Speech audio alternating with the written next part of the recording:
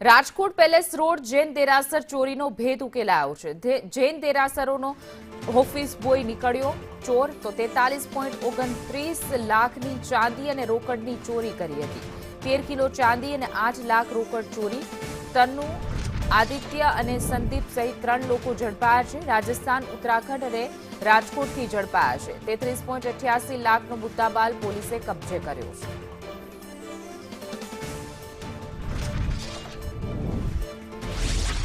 એ division police station વિસ્તારમાં આવેલ જૈન દેરાસરમાં ગઈ તારીખ 22/5/2026 રોજ હેમંતભાઈ ઇન્દુલાલ શાહ નાઓએ ફરિયાદ નોંધાયેલ. તેને ત્યાં દેરાસરમાં નોકરી કરતો તન્નુ ભગવતી પ્રસાદ અમેટા, જે રાજસ્થાનનો રહેવાસી હતો, ત્યાં નોકરી કરતો. તેણે અલગ અલગ ચાંદીના ચોરસા, સિક્કા તેમજ રોકડા રૂપિયા ચોરી કરી કુલ 43,29,000ની ચોરી કરી.